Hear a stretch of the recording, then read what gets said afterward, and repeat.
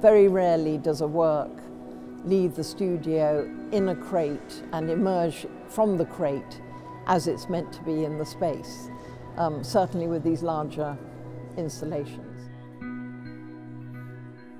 I think when I'm actually in the process of making the work in the studio, I never consider the audience. It's a private relationship between myself and the production of the work.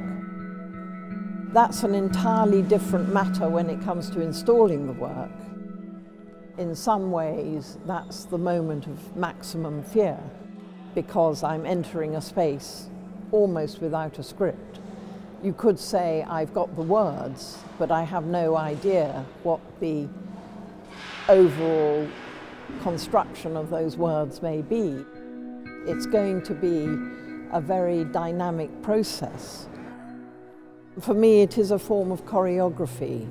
Who is the audience, and how will the work entice, lure, control them within the space? The work attempts to make the viewers or the audience be choreographed into a certain kind of looking, so that they become another component of the work.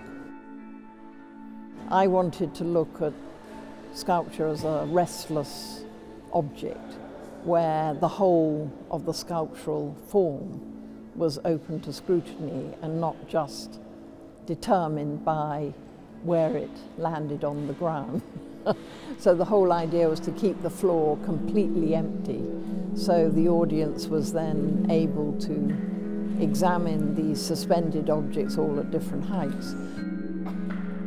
One of the things I very much wanted that also was about how to experience sculpture was to have a staircase where the public could go up this staircase in order to see the sculptures that they had just experienced on the ground from above.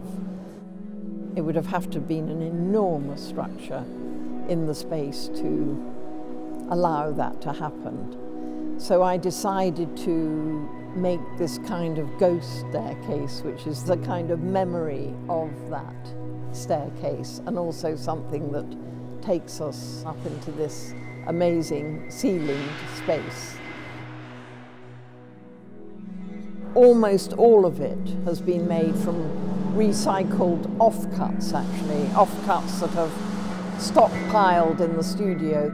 I always think of myself as really a rather uninteresting artist in that respect, in that I'm just doing something that's sort of as old as the hills. So the idea that there's anything extraordinary about what I'm doing just doesn't enter my head. It seems completely normal. It seems to be part of what making sculpture is.